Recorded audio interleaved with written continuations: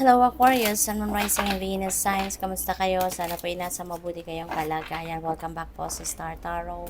Kung bago kayo dito, welcome din kayo. Thank you for your support. I truly appreciate it. God bless you all, Aquarius. Paunang mensahe po ninyo ay opportunity. Ayan, sabi dito, new job opportunities, change of workplace or business trip. Change is coming just in time. Ayan, so napakaganda kasi meron kayong mga bagong oportunidad, no, para magkaroon ng bagong trabaho, bagong role sa trabaho. Maaari din na baka magpapalit talaga kayo ng employer, or maybe meron kayong panibagong oportunidad na dadating dito na magkaroon ng additional, no, na trabaho. Pwedeng magpa-part-time pa kayo aside from working full-time already. So, what else? We have mind power. Use your intelligence, analyze data, logic, and think rationally. Lead with your mind. Ayan, so gamitin ninyo, no, yung inyong mind power. Gamitin ninyo yung inyong talino, yung analytical, ano ninyo, nakakayanan, ano, and think rationally daw. Yan ang mga ano sa inyo, panawagan sa inyo, no, at this time. So, tignan natin kung ano pa ang mga messages for you for the month. We have 7 of Wands. Ayan. So, siguro sa trabaho, merong maraming naiinggit sa inyo.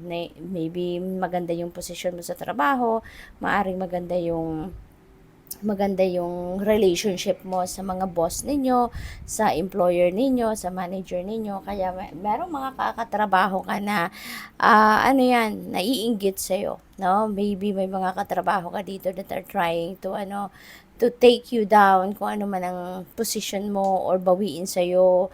Baka meron kang bagong promotion siguro ang naibigay sa iyo, na i-award sa inyo, kaya mayroong mga taong umaalma kasi maybe they are also interested na sa posisyon na yon.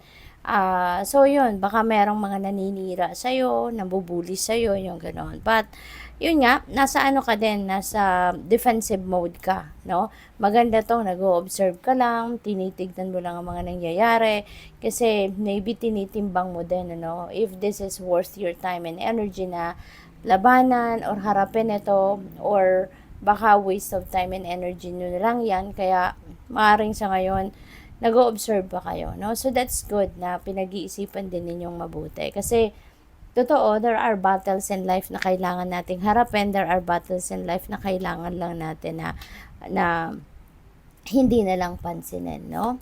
So, what else? We have judgment. Ayan. So, meron kayong importanteng desisyon na kailangan gawin dito related sa inyong money, career, and finances.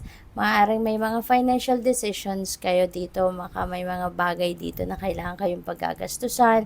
And maybe you are still thinking if this is really necessary, or if this is really, baka ito ba yung priority na dapat ninyo sa ngayon. Yung gano'n, ano. So, maybe there are other things na kailangan ninyong tignan, 'di ba? Muna, pag-aralan muna. So, yun. Probably then, baka work opportunities, 'di ba? Job opportunities din siguro ang ganap, no, ng iba sa inyo na kailangan din ninyong piliin or pagpilian, no? So, pwedeng gano'n ang ganap dito. What else? We have 3 of Swords. Wow. So, pwedeng nagkaroon kayo rito in the past ng frustration siguro, no, regarding a position sa trabaho, pwedeng ganon, or nagkaroon kayo ng baka nagkaroon kayo ng kaaway, no, na nasaktan kayo talaga ng todo, baka nasaktan kayo emotionally ng kung sino man sa trabaho in the past, pwedeng ganon din ang ganap. Pwedeng nagkaroon kayo dito ng mga challenges, no, sa trabaho ninyo in the past. Nagkaroon siguro kayo ng mga disappointments, no, sa inyong trabaho, sa inyong career, or maaring may mga painful may mga painful choices kayo, no, na ginawa in the past siguro. Kasi tapos na to, hindi ito present, no, na nangyari rito, kasi na siya, wala nang fresh blood dyan. So, ibig sabihin, that happened already in the past, no? Sa tapos na to. So, maaari lang din na ngayon, baka may mga sitwasyon, no, na nakakapagpaalala sa inyo ng ano ninyo, ng nangyari in the past. Kaya siguro, ah, minsan nakakaramdam pa rin kayo ng galit, nakakaramdam pa rin kayo na parang napanghihinaan siguro kayo ng loob or nanghihinayang, yung mga ganun ba, no? But that happened already in the past, no? Siguro nagkaroon kayo ng mga setbacks sa inyong career, sa inyong negosyo, no? Depende sa inyong sitwasyon. So, what else? So, we have two of swords. So, ano yan, resonates with decisions, no? So, siguro meron talaga kayong ano rin dito. Kailangang pagdesisyonan, maaaring tinitignan nyo ba yung sitwasyon. Pwedeng related yan dito, no? Kung ano yung action na gagawin ninyo towards dito sa mga nang bubuli sa inyo or sa mga nang iinis sa iyo or sa mga siguro naninira sa iyo, yung gano'n. So, maybe pinag-iisipan mo din kung ano yung gagawin mo sa kanila, no? So, pwedeng gano'n. Or, pwedeng related ito dito sa opportunities, no? Kasi siguro nga, hindi lang isa yung oportunidad na kumakatok sa inyo sa ngayon, ano? Maaaring marami yan.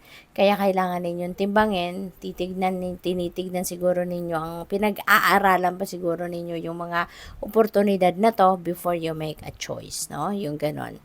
So, what else? We have Ace of Swords. Ayan. So, this is victory energy, no? This is success. Kaya, meron kayong pagtatagumpayan dito. Maaring meron kayong pinagdadaan ng problema in the past, no? At hanggang ngayon, maaring yan ay nagdudulot pa rin sa inyo ng kaguluhan sa inyong isipan.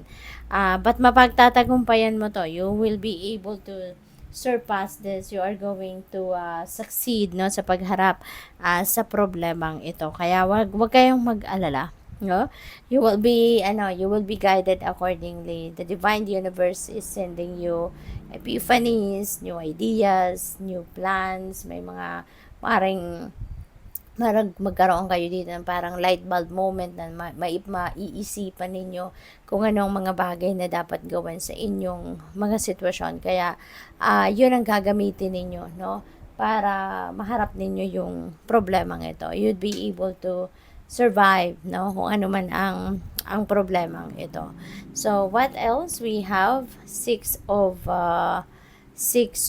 Swords. Ayan. So, dito naman sa Six of Swords, no, this is definitely a moving on energy. So, maybe, yung sitwasyon na to, no, kung ano man yung setbacks na nangyari sa inyo in the past, ano man ang naging problema ninyo dito, ma-realize ninyo siguro na it's about time na mag-move on ka na from that. Kasi otherwise, then, siguro hindi kayo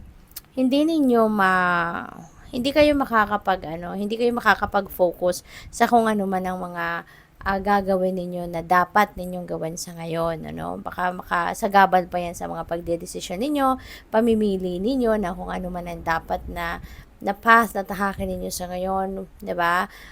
Lalo-lalo na meron kayong iba't ibang opportunity na pwedeng lumapit sa inyo sa ngayon. So, kung patuloy kayong maaapektuhan pa rin ng sama ng loob, no, na nadulot ng mga frustrations na yan sa inyo in the past, so, mahihirapan din kayo na mag-move on, diba? Kaya ngayon, probably, you're going to move on from this. No? Talagang iiwanan nyo na yan. You're going to leave that behind. Yun na kung ano man ang mga nangyaring dyan, mga sama ng loob ninyo, setbacks na yan na nangyari, and you are ready to step boldly, no, and fearlessly towards another path, no? Kaya eto ngayon, kung nahirapan kayo sa trabaho ninyo, nahirapan kayo sa negosyo ninyo, nahirapan kayo sa karera na tinahak ninyo in the past, maybe ngayon you're heading towards something new. No, baka magbabago kayo ng trabaho, ng karera, ng negosyo. So, yun. Aalis na kayo or iiwanan nyo na yung sitwasyon na yun. No? Para makapagbagong buhay kayo. Makapag-start kayo ng bagong yugto dito. No? Sa pangkaperahang aspeto, trabaho, karera, or negosyo. So, good luck. Thank you for watching. Love and light. Namaste.